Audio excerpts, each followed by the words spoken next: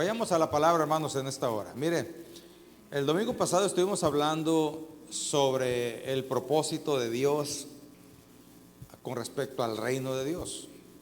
Cristo murió no solamente para salvarnos, hermanos, sino para establecer un reino.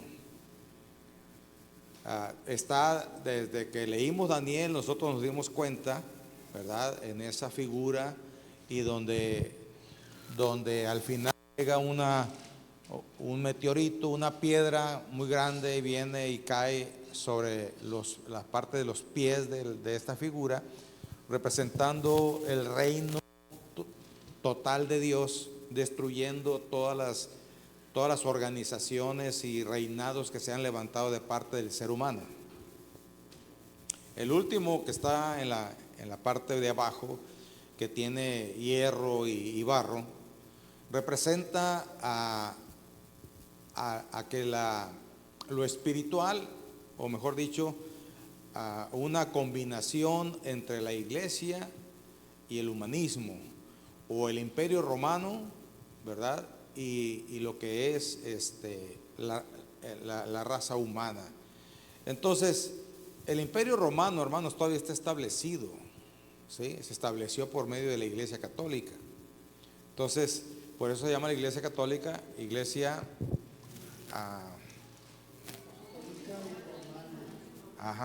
apostólica y romana. Iglesia Católica, apostólica y romana. Entonces,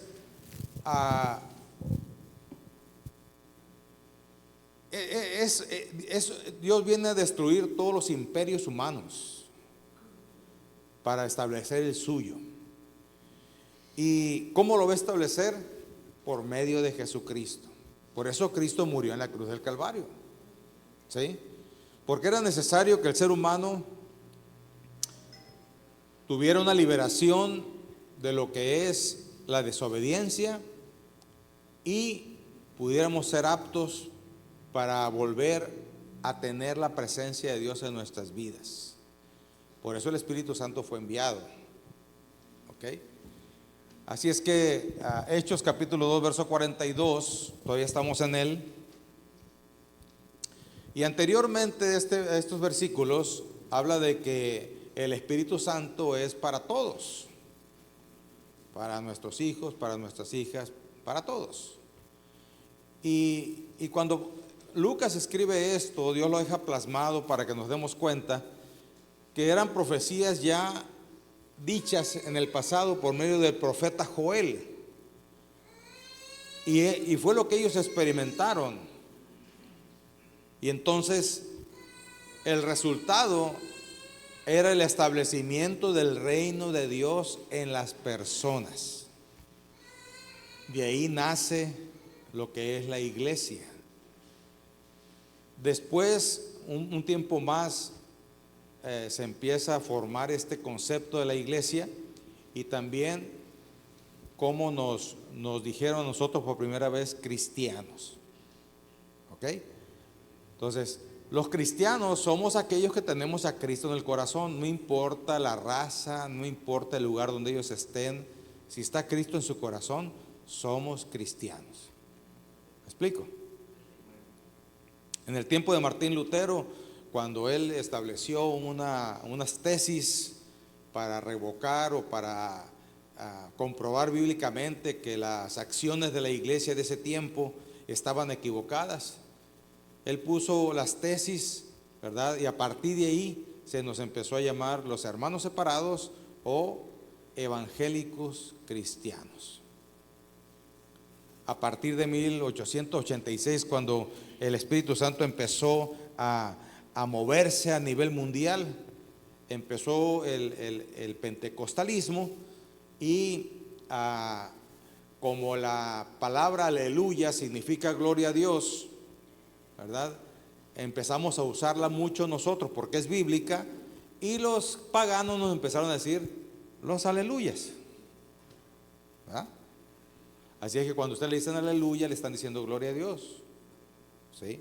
Cuando usted le dicen evangélico o hermano separado, le están diciendo que salimos de la corrupción de la iglesia que se manejaba en ese tiempo a formar el reino de Dios. ¿Me estoy explicando? Entonces nosotros los pentecostales creemos firmemente que Dios permitió el mover del Espíritu Santo a partir del año de 1886 con el propósito de preparar al pueblo de Dios que Cristo iba a levantar. ¿Ok? De tal forma que se han convertido más desde 1886 para acá que de 1886 para atrás. ¿Me explico?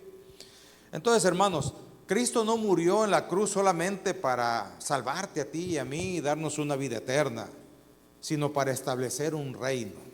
Y el reino de Dios iba a establecer por medio de la iglesia que contiene al Espíritu Santo. Tú y yo contenemos al Espíritu Santo.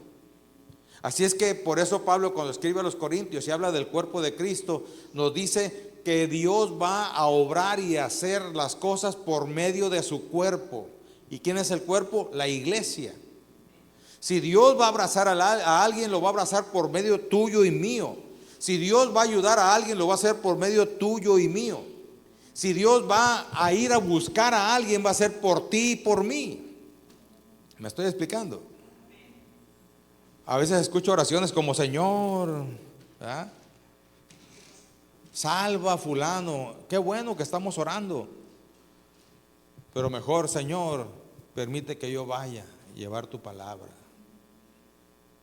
Porque Dios quiere usarte a ti. Si Dios te está permitiendo a ti ser consciente de esa necesidad, es porque te está llamando para que tú lleves su palabra. Y no se necesita mucho, hermanos. Ya lo hemos hablado anteriormente. Son 4 pasos muy sencillos, ¿verdad?, que vienen en la Biblia. Juan 3:16, Dios te ama. Uno de los problemas gravísimos de la gente es que se siente una persona que no es amada. Todos tenemos hambre de amor, hermanos. Todos. Y por eso dice Juan 3:16, porque de tal manera amó Dios al mundo que ha dado a su Hijo unigénito para que todo aquel que en Él crea, en quien, en Jesucristo, tenga vida eterna. También en la misma Biblia dice que Dios nos ama, pero que hay un impedimento entre Dios y nosotros. Isaías 59:3, que hay una barrera por causa del pecado. No es que Dios no pueda, sino que hay una barrera natural entre nosotros y Dios, que es el pecado, que es la desobediencia. Y Dios, el número 3, que Dios ha establecido a alguien que puede ayudarnos con ese problema, que se llama Jesucristo. Es el que estableció el puente entre Dios y los hombres. Siempre el hombre ha querido buscar a Dios, se ha querido encontrar a Dios, pero nunca lo ha podido encontrar o acercarse por la naturaleza de Dios. Por eso tuvo que Jesucristo venir y a morir por nosotros, para establecer ese puente, esa oportunidad. Por eso la Escritura dice que no hay otro nombre dado a los hombres en el cual podemos ser salvos sino Jesucristo. Es el proyecto de Dios para la salvación de la raza humana. Y el 4 paso es lo que dice Juan 1:12, ¿verdad? Que necesitas creer en Cristo y que necesitas aceptarlo como Salvador. Son 4 pasos muy sencillos. No necesitamos averiguar como las preguntas tontas que mucha gente hace, ¿verdad?, con el propósito de distraernos, y no debemos dejar que nos distraiga. ¿Quién es primero, el huevo o la gallina? Salen, ¿verdad? ¿Sí? ¿Qué otras cosas le dicen? ¿Por qué Dios permite los niños están muriendo de hambre ya no sé dónde? Entonces le quieren distraernos para que nosotros no pongamos el plan de Dios. Pero también eso es muy sencillo.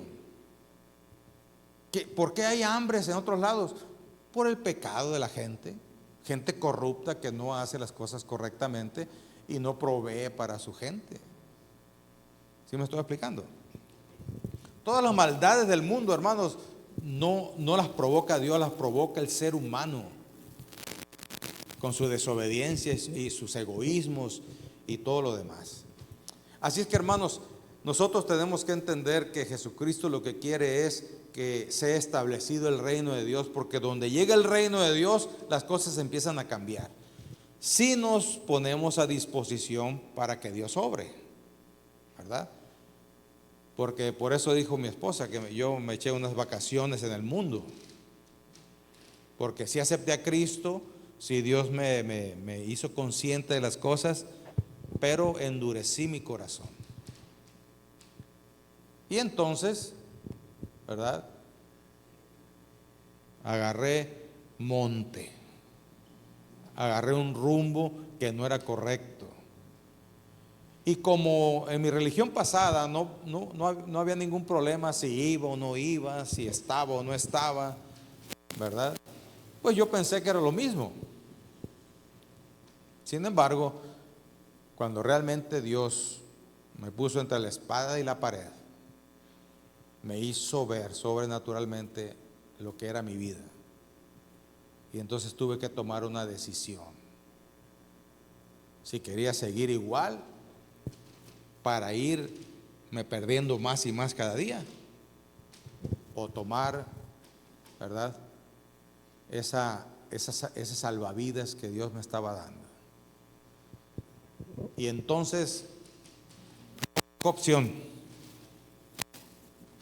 Porque yo era tan necio y tan torpe que me oponía todavía.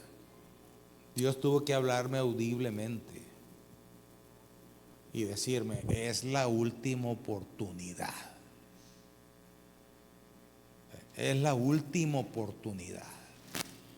Y no crea que dije, ay, sí, salí corriendo. No. Dije yo, pues, ¿quién está hablando? Cuando me di cuenta que no había nadie atrás de mí, ni nada, ya dije, no, es mi imaginación. Porque no quería doblar mis manitas. Pero entonces, cuando sentí y vi que se me cayó algo de los ojos, y Dios me abrió los ojos espirituales, y cuando volteo a ver qué es lo que se me había caído, me pude ver podrido por dentro. Y entonces volví a oír la voz y me dijo: corre, porque es la última oportunidad. Y entonces no me quedó otra. Fui, pasé, me arrepentí, ¿verdad? Volví a hacer nuevos votos. ¿Sí? Volví a hacer nuevos votos y todo fue transformado, hermano. De tal forma que lo que me gustaba hacer un día anterior, al siguiente día ya no me gustó hacerlo. Es increíble cuando nos disponemos lo que Dios puede hacer en nosotros. Amén. Después de eso vinieron otras pruebas. Había que salir del mundo pagano que me desenvolvía, ¿verdad? Había que decirle que no a las novias y a las demás personas, para no decir más, ¿verdad? Porque Dios ya había tocado mi corazón. Una persona mal hablada, corriente. Eso sí, me sentía filosófico y además prepotente, ¿no? Y ahí empecé a descubrir la guianza del Espíritu, hermanos, porque entendí que no podía hacer muchas cosas, porque estaba tan acostumbrado a decir malas palabras que se me salían solas sin darme cuenta. Y entonces tuve que decirle: Espíritu Santo, ayúdame. No sé qué es lo que tengas que hacer, tápame la boca, dame un ganuchi, dame un zape, no sé qué es lo que tengas que hacer, Señor, pero ayúdame. No me doy cuenta cuando digo las palabras altisonantes. ¿Y sabe qué hizo? El Espíritu Santo me ayudó. Pero yo quería que me diera un garrotazo cuando menos, ¿verdad? Ahí se me quitaba lo burro. Pero no, solamente Él me avisaba, me decía: ¿Y qué cree? Yo tenía que obedecer, porque Dios no viene a obligarte. Si tú no levantas la mano, no crees que Dios va a venir a, no, no, yo no quiero, sí, sí, sí, no, no, no, no, no. Tú tienes que determinar adorar a Dios.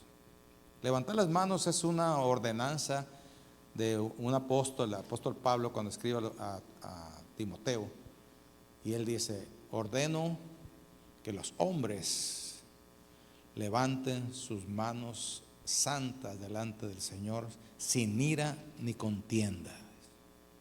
Cuando tú levantas una mano, está diciendo: Señor, aquí están mis manos, sin ira ni contienda, sino para ti, Señor. ¿Me explico? Entonces, tenemos que entrar en ese proceso, hermanos, de poder entender que Dios quiere establecer el reino de Dios primeramente en nuestra vida, para que luego ayudemos a los demás a establecer el reino de Dios en sus vidas. Aquí en Culiacán, nosotros somos los que podemos llevar a cabo el reino de Dios, establecerlo, pero solamente si nosotros nos ponemos a hacer nuestro trabajo como cuerpo de Cristo, como iglesia. Así es que, hermanos, no solamente Cristo murió para darnos salvación y vida eterna, sino que Él quiere establecer su reino, primeramente en nuestras vidas y luego en los demás. ¿Cuál es el reino de Dios? La iglesia o el pueblo de Dios se empezó a tener ciertas distinciones, de tal forma que cuando el libro de Hechos habla en el capítulo 2, verso 42, habla de 4 distinciones básicas. Más adelante empieza a hablar de otras, porque vuelve otra vez a tomar el tema.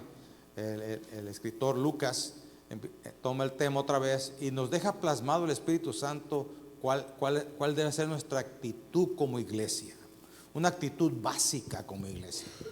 Hablamos el domingo pasado que la iglesia perseveraba en las doctrinas de los apóstoles y en la comunión fraternal. Pero también el número 3 es el partimiento del pan. ¿Qué significa compartir el pan? Significa un momento de intimidad como pueblo de Dios. ¿Sabe por qué la familia se fortalece?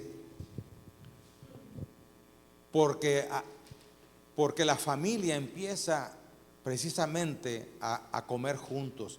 Una familia desunida es una familia que no come junta, que no comen juntos. ¿Me estoy explicando?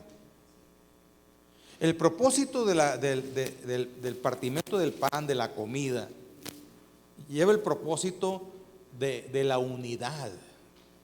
No hay mejor momento que poder platicar, aunque ahora el celular está quitando esas ventajas, ¿no? Por eso muchas familias están optando por pasar la canasta, y no es de la ofrenda, sino para que depositen el celular, ¿verdad? Porque van a comer, es el momento de dialogar, de platicar, de esa interacción, esa intimidad de la familia.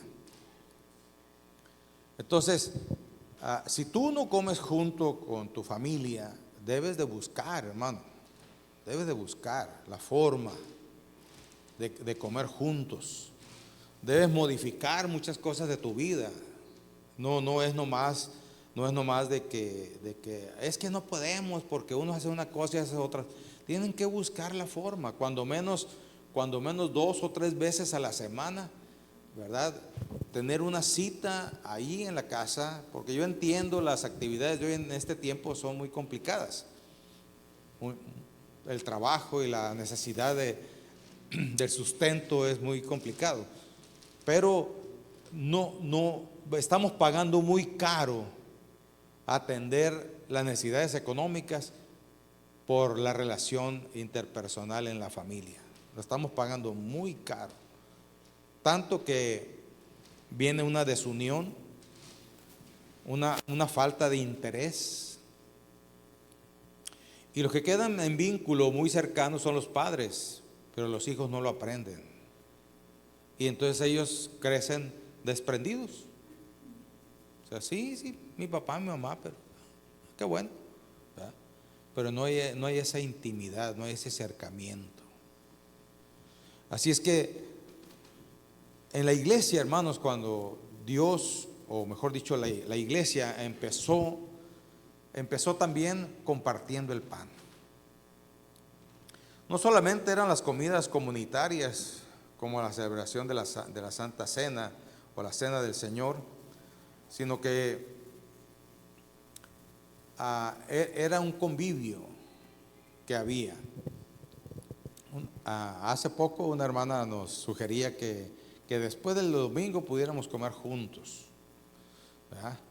Yo todavía le sigo insistiendo al miércoles, porque el enemigo sabe perfectamente que en esa acción se produce la unidad, que trata de desbaratarlo, de convertirlo en un problema, ¿sí? Y la misma escritura lo pone en el capítulo 11 de Primera de Corintios, creo que el verso 17 en adelante, empieza a hablar de un problema de la comida. Porque al principio en la iglesia, la Santa Cena se llevaba a cabo una comida común y corriente.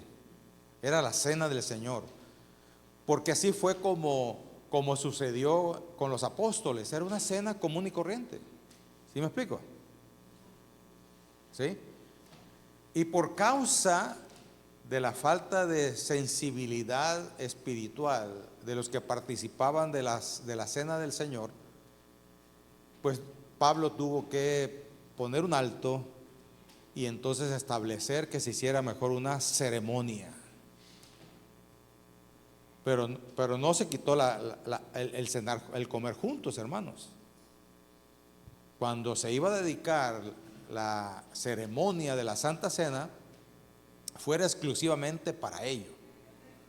Y ya la comida para una coinonía, una interacción entre nosotros, pues el pueblo tenía que ponerse de acuerdo, ¿verdad? Pero ya la iglesia solamente tenía el compromiso, ¿verdad?, de una ceremonia de Santa Cena, que cuando se practica la Santa Cena, según lo que se estableció por Jesucristo, es un recordatorio de la muerte de Jesucristo, de cómo Él puso su cuerpo y derramó su sangre por nosotros. Y eso merecía un momento especial, no un momento de contienda que se había llevado, según lo que platica o lo que dice la Biblia en Primera de Corintios 11, de 17 en adelante, donde dice que los hermanos en Cristo, esos que todavía no han comprendido bien lo del Evangelio, que todavía sus corazones están medio endurecidos, ¿verdad? Y no hay una disposición de compartir sanamente. Sí se entiende lo que es sanamente, ¿verdad?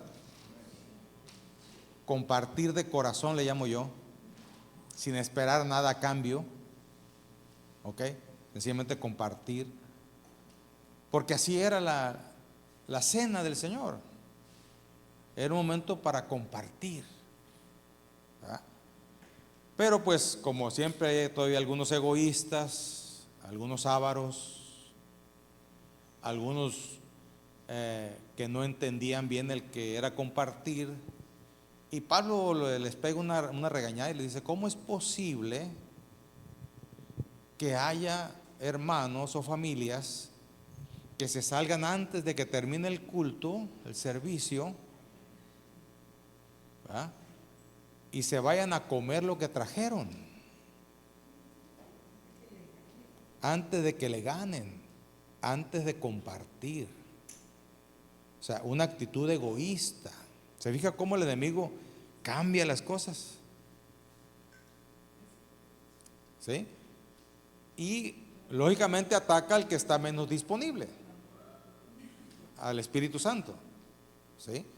Entonces empezó ese problema de gandallismo, ese problema de Hermanos, nadie obliga a nadie. Nadie obligaba a nadie en ese tiempo, como hoy tampoco.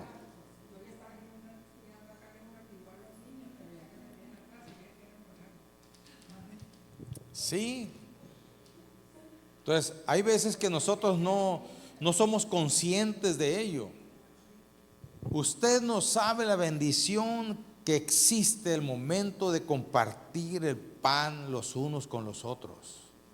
Es algo maravilloso, lleva la unión, viene, hasta nos ponemos a reírnos, a veces hasta agarramos cura, ¿no? Y damos carrilla, ¿verdad?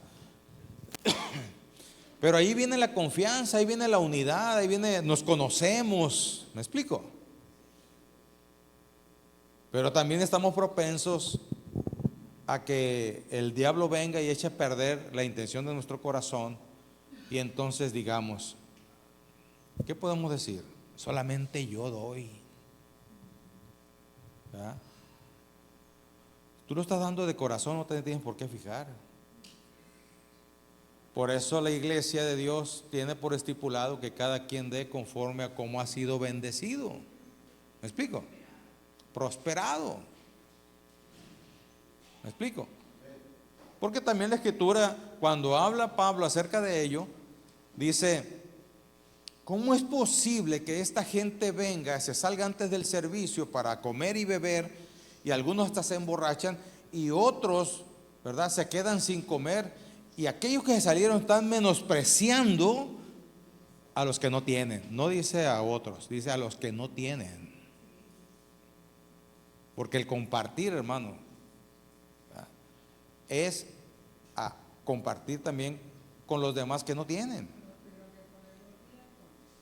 Mande. Sí, más adelante, ¿no? Y es increíble, pues, cómo nosotros, cuando nos descuidamos espiritualmente, cómo tomamos actitudes negativas. Oye, ¿vas a llevar algo? No, al cabo es que siempre lleva fulano de tal o fulana de tal. No, hermanos, aquí es todos, hay que traer todos. Ahora, tampoco se trata de que si alguien no trajo, no hay ningún problema. No, es que no voy a ir porque no tengo que, porque muchos agarramos ese pretexto. No voy a ir porque no tengo que llevar. Nadie te está pidiendo nada. Los que lo traemos o lo ofrecemos de corazón. ¿Sí? Lo que sí a veces dice uno, bueno, yo traigo esto y ahí se queda, pues, ¿verdad?, no tiene caso. Vamos buscando otra estrategia, ¿verdad? Pero yo veo que lo que traemos se acaba. ¿Sí? Así es que nadie te quiere menospreciar ni tampoco te está exigiendo algo. Eso debe nacer del corazón. Y es lo que pasó en la iglesia primitiva, hermanos. Esa es una actitud de un corazón lleno de Dios. Está dispuesta a compartir. ¿Me estoy explicando? Si no sientes ese deseo en tu corazón, es que hay un sentido egoísta. Porque no se te está diciendo que traigas carne asada, ni se te está proponiendo que mandes traer la barbacoa. No, lo que tú puedas ofrecer. Por eso cuando el pozole famoso, ¿no?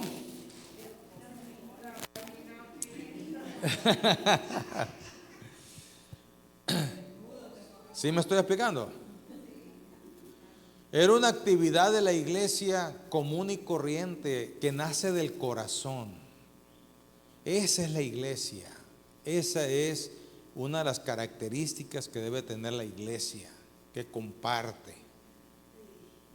Y que no debe haber egoísmos, ni debe haber prejuicios, ni tampoco debe haber malas interpretaciones.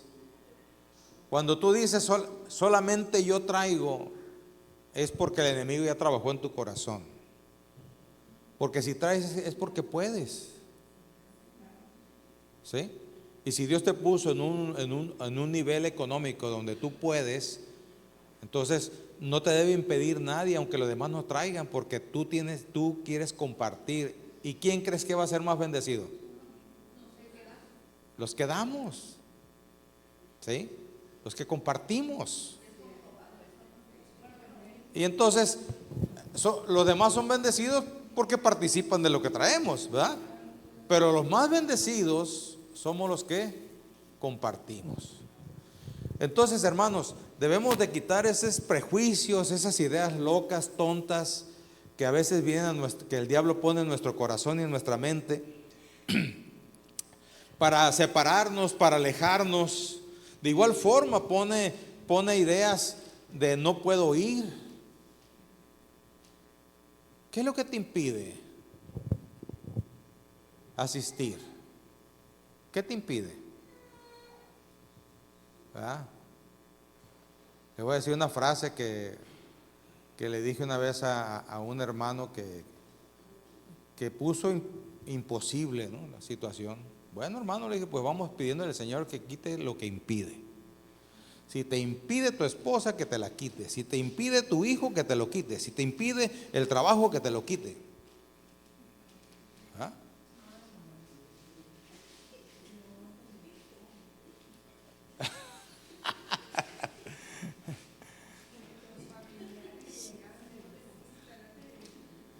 Y muchas veces nos hemos dado cuenta, increíblemente, ¿verdad?, que hay familiares que nunca nos visitan, pero de repente empiezan a visitarnos el día y la hora en que debemos asistir.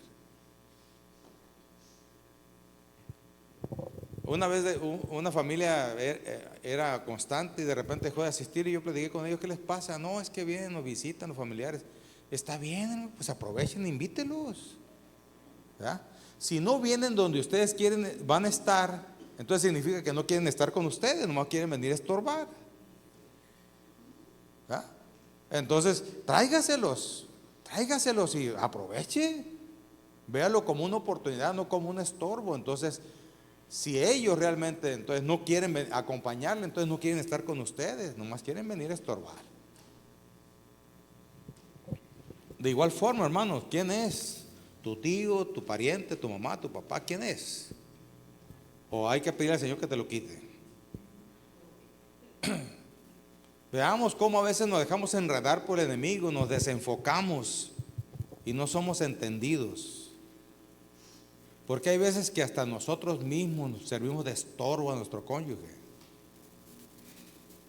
Nos oponemos, no, es que hoy no tengo ganas, ¿no? Dice mi esposa, empieza a mascar rieles, ¿no? ya está mascando rieles.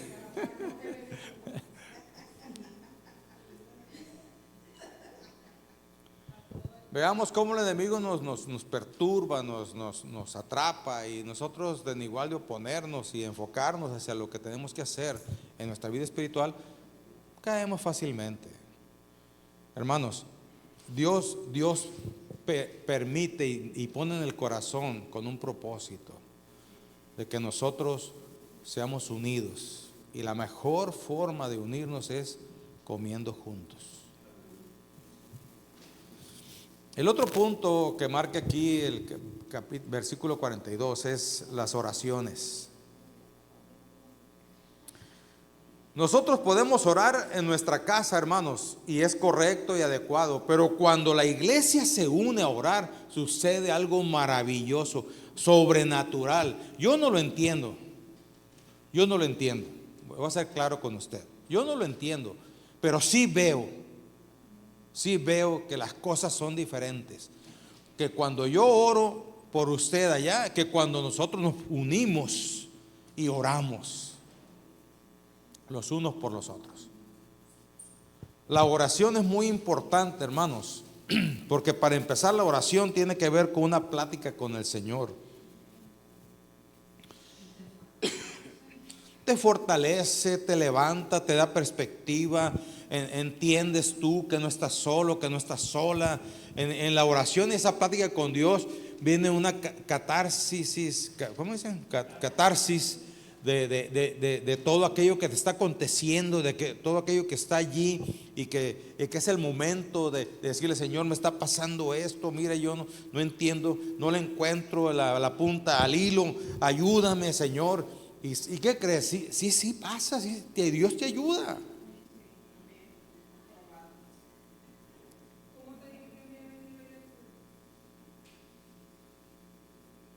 Dime, me dijiste muchas cosas,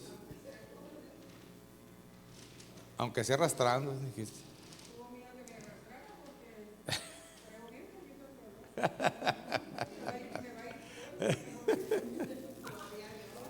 Si no puedo ir, me arrastras, me dijo, ¿no?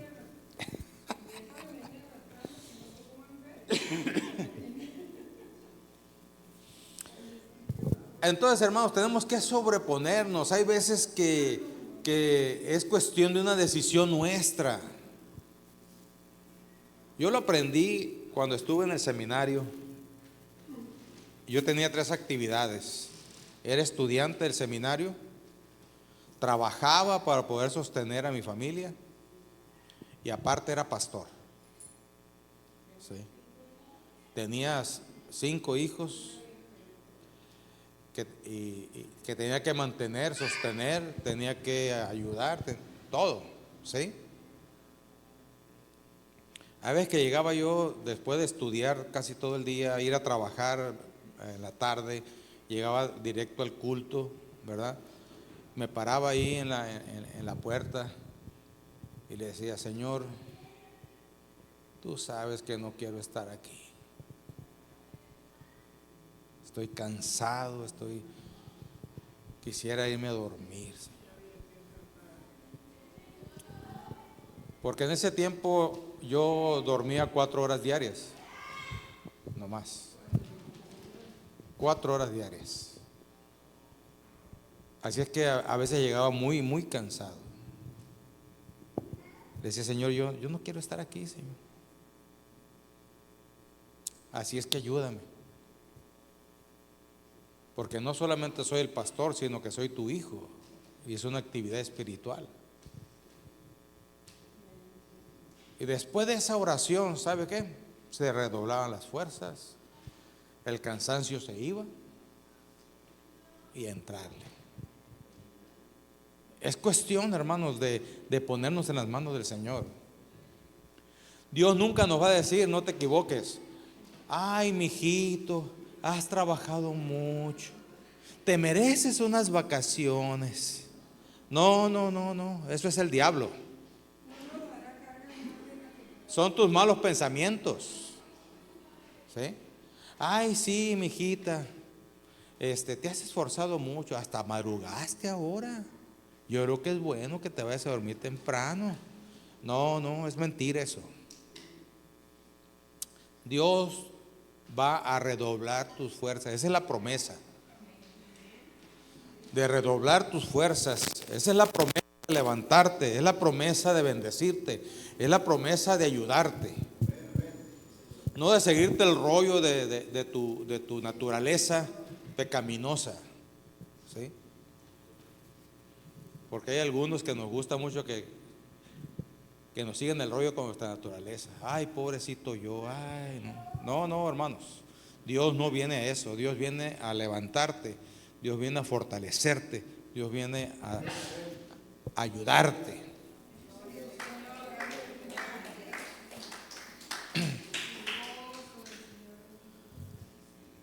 Y en las oraciones, aunque al principio empecemos: Señor,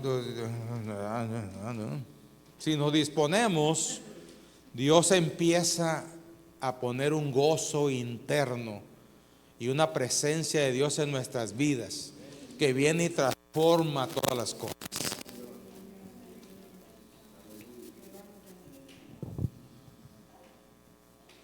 La iglesia siempre se ha caracterizado por la oración constante, tanto personal como comunitario o en grupo. La oración es el motor espiritual que fortalece y fortalecía la fe y la misión de la iglesia. Lo que tú y yo tenemos que hacer. Otro punto muy importante Vamos a seguirle con el 43, hermano.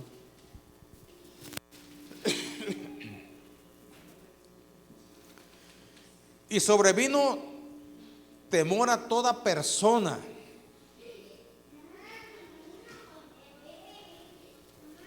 Y muchas maravillas y señales eran hechas ¿por quién?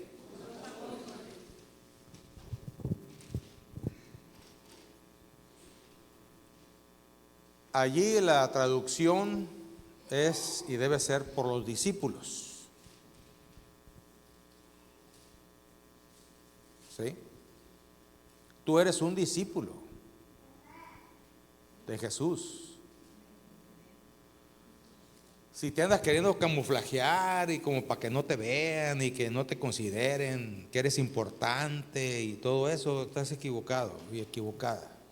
Dios te ve directamente a tus ojos. Tú eres un discípulo de Jesús. Así con tus errores y tus problemas, tus deficiencias y tus tonterías. Así. Porque un discípulo es el que aprende. Es un aprendiz. Es el que está creciendo todos los días. Y aprende del vecino. No. Aprende de Jesús. ¿Dónde va a aprender? En su palabra. Por eso la oración es para que tú le hables a Dios. Y la palabra es para que Dios te hable a ti. ¿Me estoy explicando? Por eso tenemos que tener una lectura de la Escritura. Porque si tú quieres que Dios te hable, en la Escritura te va a hablar. Ay, Señor, apáreceme un ángel y que venga y me diga tu mensaje. No seas flojo ni floja.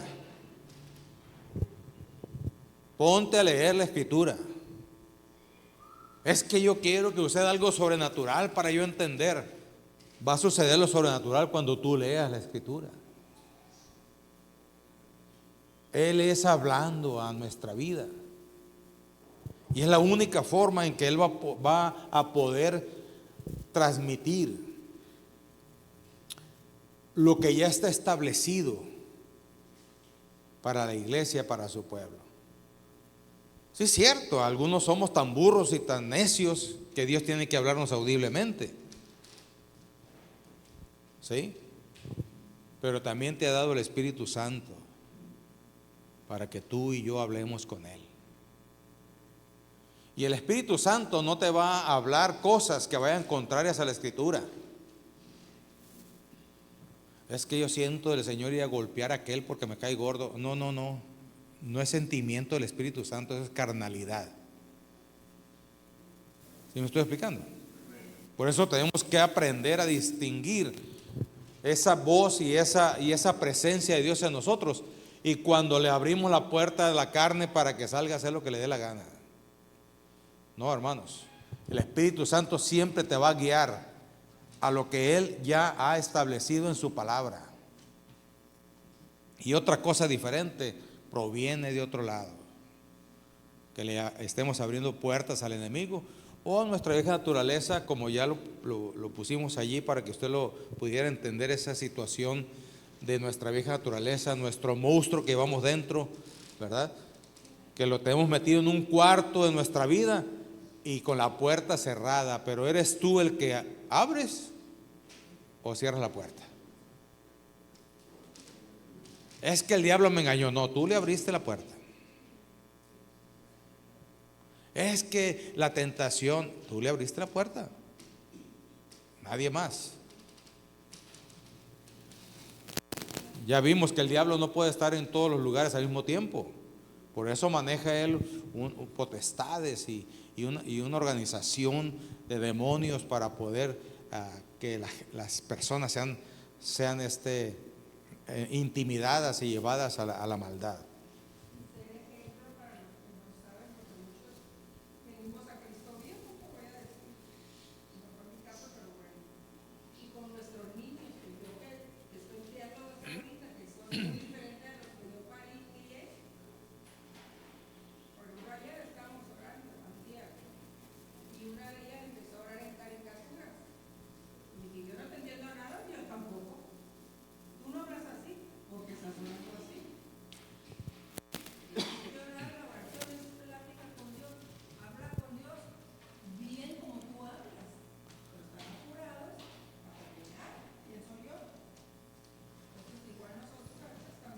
somos un ejemplo, ¿no?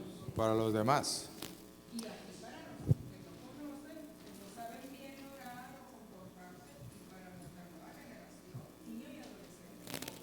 A mí me llama la atención, hermanos, y sobrevino temor a toda persona. Hermanos, ¿saben tus vecinos que tú eres hijo de Dios? ¿Sí? ¿Saben que ellos pueden recurrir a ti si tienen una necesidad para orar por ellos? Te felicito, la verdad. Pero si no, es tiempo de que externemos. Esa es parte de la obra de Dios en la iglesia. Y lo que sigue es algo más pesado. Le digo porque mucha gente piensa que se siente inepta, que no está lista, que no puede hacer. Es que no, pues cómo Dios me va a usar. No, hermanos, característica siguiente: y muchas maravillas y señales eran hechas por los discípulos. Tú y yo estamos hechos, hemos sido llamados para desarrollar esos dones que ya vimos algunos en Romanos 12 estamos ahorita. ¿Sí? Esos dones, hermanos, Dios te va a usar por medio de los dones. Los dones que vienen en Romanos 12 son capacidades que Dios da para el ser humano para que pueda desarrollar sus actividades dentro de su vida. Y cuando nosotros no entendemos eso, pensamos que esos dones son para, pues quién sabe para quién, pero sabe, ahí dice, pero no, hermanos, es para ti, para mí. Son características normales del pueblo de Dios, de los hijos de Dios. Pero muchos de nosotros nos ha engañado el diablo, que porque tuvimos una recaída, que porque tuvimos un problemita, que porque me peleé con mi cónyuge, porque fui y le pegué una tunda a mi hijo, a mi hija, y tenemos el cargo de conciencia, y en igual de recurrir a pedirle perdón al Señor y hacernos libres, ahí lo apapachamos y nos incapacita para darnos cuenta para lo que Dios quiere que nosotros desarrollemos como sus hijos. Hermanos, no podemos ser así. Tenemos que entender que somos imperfectos y que podemos equivocarnos, pero también tenemos que entender que podemos pedir perdón tanto a las personas como para con Dios.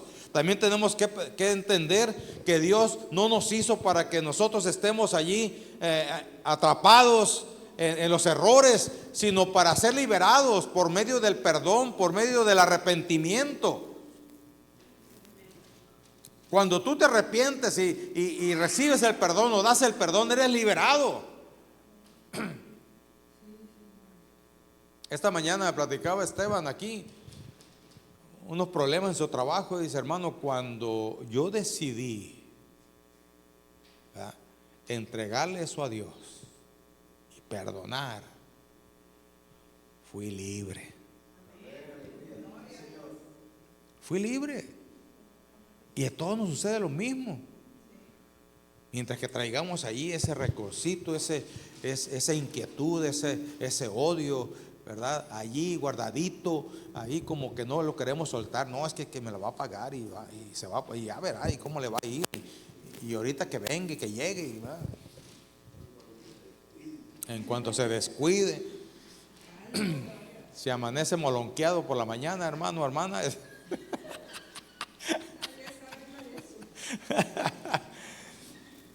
porque hay un renconcillo por ahí. Y no es así, hermano. Dios no nos hizo para eso, nos ha llamado para eso. Dios nos ha llamado para entrar en el proceso del reino de Dios que se llama arrepentimiento, fe y perdón. Y no importa lo que esté pasando, en lo que haya pasado, Dios tiene la capacidad y el sacrificio de Cristo ha sido hecho y ha sido proveído para liberarnos de cualquier cosa.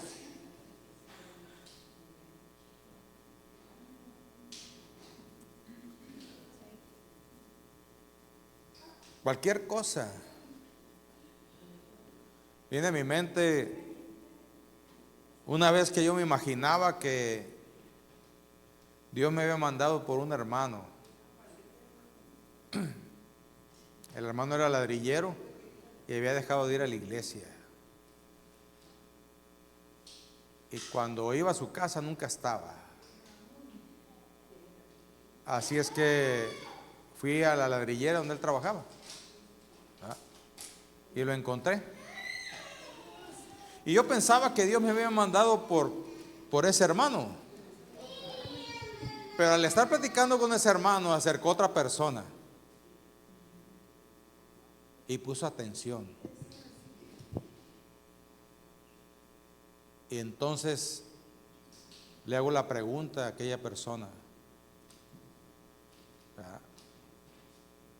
¿quieres aceptar a Cristo como tu Salvador?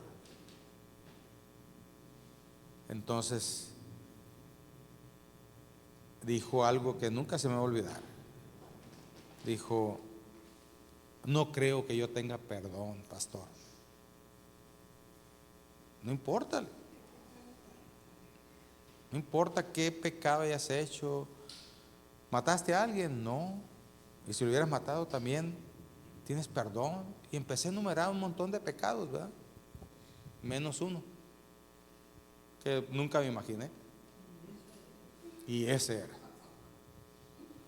Yo le dije: todos, cualquier pecado, Dios te puede perdonar. Y entonces me acuerdo bien, porque yo nunca hago eso. Pero me acuerdo que le rogué, le supliqué. Después entendí que era Dios hablándole. Le rogué, le supliqué. Le dije: Él te va a perdonar, Él tiene sus brazos abiertos. Y se cerró. Y para callarme me dijo: luego, pastor. Ay, luego. ¿Seguro? Le dije. Sí, me dijo. Ok, luego dije yo, hice mis planes. Luego me eché una vueltecita y...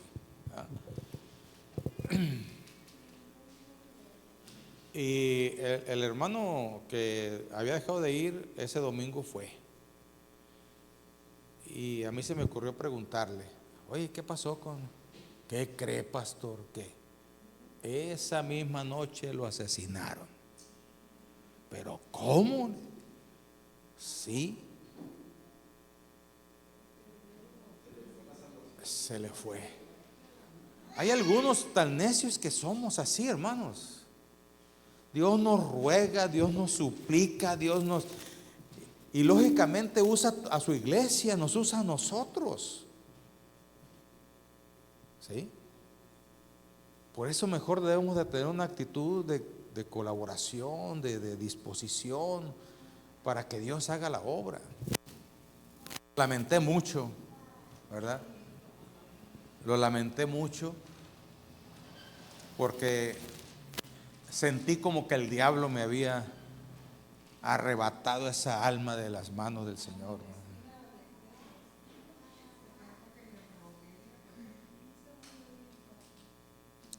A veces pensamos que tenemos mucha vida, hermanos, y no es así. Así es que, hermanos, cuando tú le presentas el evangelio a alguien y la persona se convierte, la persona recibe el perdón de los pecados, es el milagro más grande y maravilloso que puede suceder en una persona. La transformación de la persona es el milagro más grande y más maravilloso. A veces queremos que a un cojo le salga la pierna, y a veces queremos que al tuerto le salga un ojo. Hermanos, no hay comparación para ese milagro de la transformación y la salvación de la alma de una persona. Y aunque yo he visto muchos milagros, ¿verdad? De todo tipo. Muchas veces Dios me ha usado y muchas veces lo he visto yo en momentos así, ¿verdad? Porque Dios tiene sus momentos especiales para cada uno de nosotros. Y por eso tenemos que estar dispuestos a estar abiertos a que Dios trabaje y haga la obra en nosotros. El hecho de que tú estés aquí, hermano, es una oportunidad que Dios abre para que podamos entender sus planes y sus proyectos en nosotros. Dios ha preparado maravillas y señales para que tú y yo podamos desarrollar el reino de Dios aquí en esta tierra. No es para los que oran 4 horas, no es para los que se dicen que son ultrasantísimos, no es para los que salen con la cara tapada y que nadie los vea, no, hermanos. Es para hijos de Dios comunes y corrientes como tú y yo.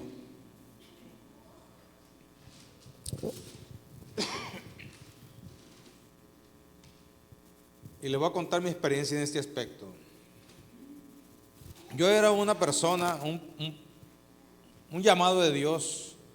Yo me fui a estudiar al seminario. Como llevaba 4 hijos, no me podían recibir dentro del seminario. Y el supervisor tramitó una iglesia ahí cerca para que yo pastoreara y asistiera al seminario, ¿verdad? Al principio tuvimos problemas, pero al final Dios cumplió su propósito y fuimos pastores de ahí. Había una hermanita que se llamaba Soledad, que ya murió ella. Buenísima. No, hombre, andaba buscando pleito, ¿verdad?, con el enemigo. Y se agarraba por toda la colonia a evangelizar. Y nomás hallaba un problema grave y decía, ahorita vengo, voy por mi pastor. Yo decía, Señor, que no venga. Inexperto, sin idea todavía claras, ¿verdad? Sin entender bien el ministerio. El único ejemplo que tenía era los pastores que yo había tenido, ¿verdad? Yo veía su actuar y cómo batallaban con la gente, que yo decía, ay, pastor, no sé cómo aguanta esta gente, ¿verdad? Yo ya les hubiera corrido a todos, les decía. Cuando menos hacer una fila y con un cinto pegar un cintarazo a cada uno de ellos. Yo no entendía el don del pastor ni nada de ese tipo de cosas, ¿sí? Así es que Dios hizo conmigo como el chiste, ¿verdad?, que dicen que, ¿me mande? Sí, me aventó, ¿sí? Me aventó. Luego les cuento el chiste. Y entonces Dios puso a esa hermana a que anduviera evangelizando y cualquier problema, circunstancia que decía, no, esto yo no, ¿verdad?, iba por su pastor. Y como yo era el pastor, pues estaba obligado, ¿verdad? ¿Cómo le iba a dar mal ejemplo a la hermana? Y Dios nos respaldaba, pero ¿sabe qué me di cuenta? Que la única forma de poder experimentar y vivir las maravillas y señales era yendo a hacer el mandato de Dios. Si tú no oras por los enfermos, si te importa un comino los problemas, si tú solamente, no, gloria a Dios, aleluya, no, yo estando aquí a gusto, no, que el mundo ruede. No, hermano, nunca vas a experimentar las maravillas y señales. Sí, la hija de ella. Entonces, hermanos, ahí pude yo entender. En esa iglesia Dios me enseñó muchas cosas. Y una de ellas es de que si yo no participo en lo que Él dice que yo debo estar obrando, yo no lo voy a experimentar. Si tú estás creyendo que te va a caer del cielo y que alguien va a ir ahí donde tú estás metido, enclaustrado en un lugar, no va a pasar nada. Porque tenemos que ir. Y así lo dice el mandato: ir y hacer discípulos. En otra parte bíblica, en otras partes del evangelio, en otra partes o versiones del Evangelio, como Marcos y otros más, dice: id y predicar el Evangelio. Mateo dice: id y hacer discípulos. ¿Ok? Y dice: bautizándolos en el nombre del Padre, del Hijo y del Espíritu Santo. ¿Y qué más dice? Enseñarles que guarden estas cosas, y yo estaré con vosotros todos los días hasta el fin del mundo. Pero la otra parte de Marcos y de Lucas y de Juan hablan y dicen: y vamos a poner las manos a los enfermos y van a sanar. Y no solamente dice eso, dice: si comieren cosa mortífera, no les hará daño. Eso es la iglesia, hermano. Manifestación de poder sobrenatural. Si tú llevas una vida natural, estás viviendo mal el Evangelio. En tu vida debe haber milagros. En tu vida debe haber lo sobrenatural de Dios, lo sobrenatural del reino de Dios. Si tu vida es común de levantarte y alistarte y estar en el celular y ir a trabajar, si trabajas, y si no, pues hacer algo en la casa, comer y platicar o dialogar o pelearte con el que vives o la que vives y irte a dormir, nomás así, es algo natural eso. No estás viviendo el Evangelio.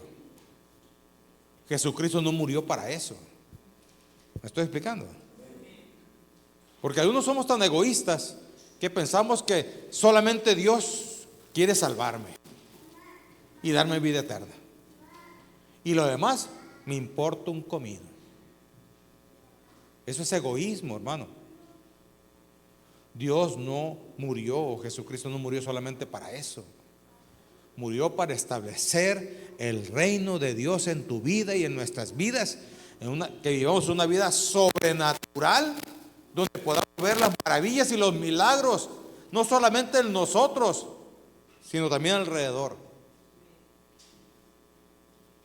¿Sabes por qué no recibimos sanidades? ¿Sabes por qué aún tenemos problemas económicos? ¿Sabes por qué aún andamos peleándonos con medio mundo o circunstancias complicadas? Porque no estamos viviendo el Evangelio, hermano.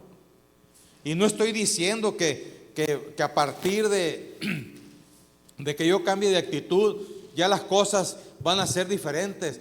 No, hermano, los problemas van a seguir viviendo, pero vas a tener la actitud correcta y vas a entender que Dios está contigo y te va a sacar adelante de todo eso que te está echando a perder tu vida. Y el Espíritu Santo te va a redarguir, porque muchos problemas nosotros los generamos. Traemos arrastrando todavía un montón de situaciones de nuestra vida pasada, ideas locas que traemos todavía y que queremos meterlas a fuerzas al Evangelio, y no caben, hermano, porque son contrarias a la voluntad de Dios, son contrarias a las actividades que Dios está esperando que nosotros nos desempeñemos como hijos de Dios, como pueblo de Dios, como el cuerpo de Cristo. Hay cosas naturales como ser padre, ayudar a nuestros hijos a que ellos vengan al Señor y crezcan y todo eso. Es algo natural, pero hay un montón de cosas que traemos, hermanos, que nos provocan y nos impiden ser ejemplo, como se decía al principio, para nuestros hijos, para los vecinos, para las personas que nos rodean. Hermano, hermana, ¿estás listo y estás lista para los milagros y maravillas? Hay que estar listos, hermanos, hay que estar expectativos. Hay que orar por el enfermo hasta que tú entiendas cómo Dios te puede usar. Aunque el enfermo se te muera. ¿Me estoy explicando? Porque cuando se le muere a alguien a uno, empieza a pensar uno: entonces, ¿cuál era la voluntad de Dios? Ahí está que no entendemos la voluntad de Dios. Cuando yo voy a orar por usted, yo debo entender la voluntad de Dios sobre su vida. Y eso solamente se revela por medio de la vida espiritual que tú desarrollas como hijo de Dios o como hija de Dios, cuando tú vas a orar por alguien. Y Dios te lo revela para que tú puedas saber qué tipo de oración debes hacer.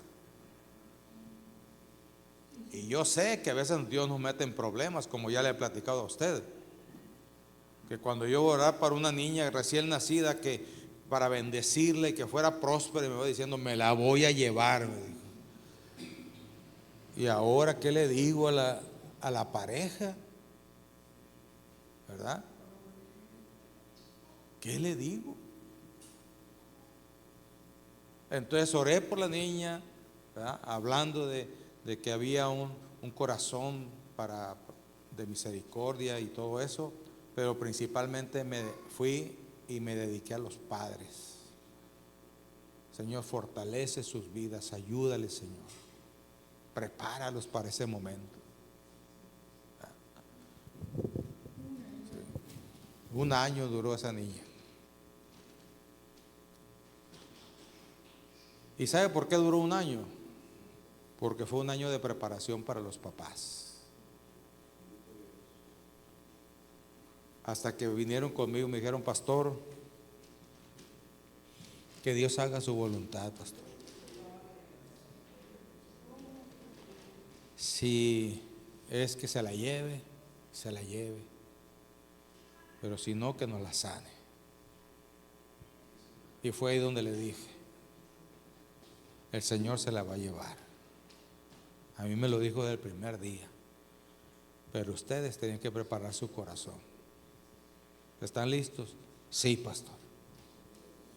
Estamos listos. Y allí falleció la niña, ¿verdad? Con todo su dolor. Era su primera niña, era algo muy especial, ¿verdad? Y entonces lo siguiente, ya saben el propósito de Dios.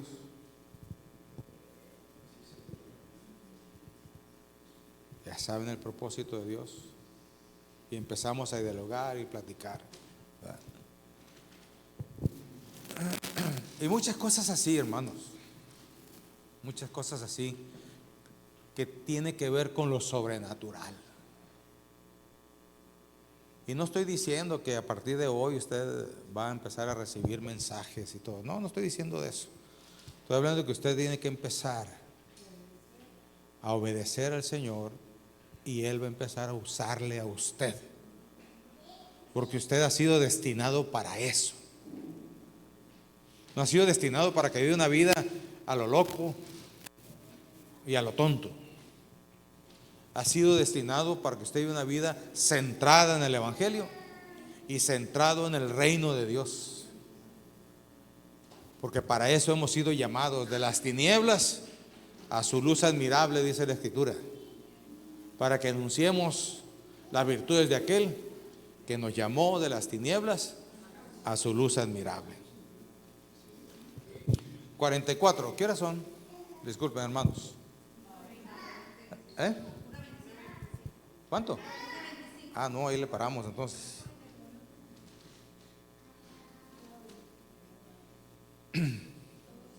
Muy bien, vamos a dejarle allí, ¿verdad? Usted siga leyendo versículo 44, todo eso nos habla de cuáles eran las características de la iglesia que nosotros debemos de experimentar. Son para ti y para mí. Así que yo le invito, mientras que cantamos al rato, un momento al final, cantamos el Cristo yo te amo, ¿verdad? Pero vamos a decirle, Señor, yo quiero ser tu pueblo. Empieza a decírselo, hermano. Si tú no se lo dices, tu corazón no va a estar dispuesto. También al Espíritu Santo, dile, Espíritu Santo, quiero conocerte, quiero conocer tu mover, quiero escuchar tu voz. Si tú no se lo dices, no vas a experimentarlo, porque tu corazón no está dispuesto. ¿Me explico? Ponte sobre tus pies y digámosle, Señor, quiero ser tu iglesia, tu pueblo, que moriste por nosotros, Señor, con un propósito definido. Señor, aquí estamos en esta hora. Agradecemos tus bondades y tus misericordias. Gracias por traernos el día de hoy. Gracias, Padre, por mis hermanos, su disposición. Gracias, Padre, por el momento de alabanza, de la oración y sobre todo, Señor, tu palabra.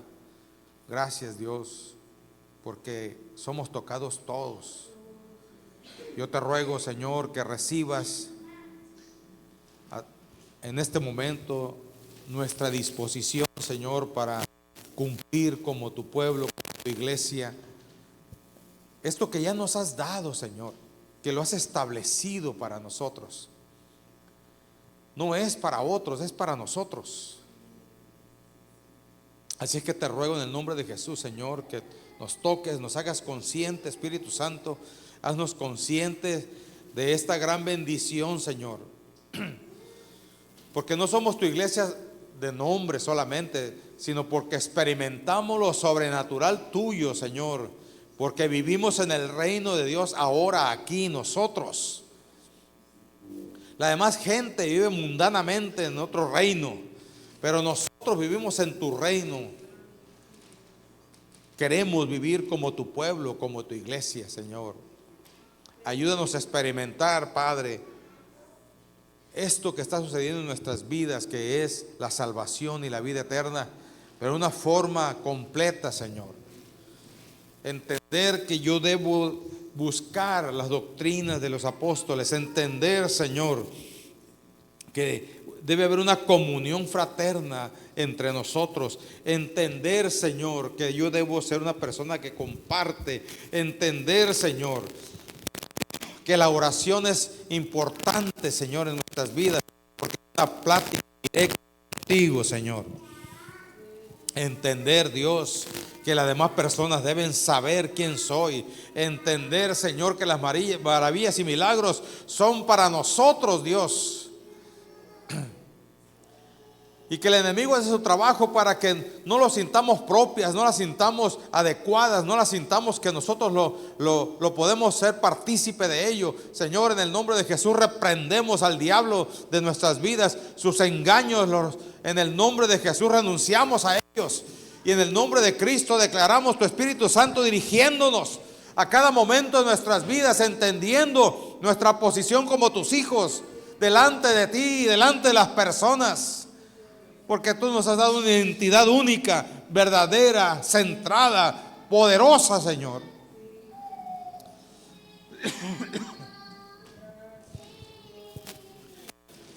Aquí estamos, Señor.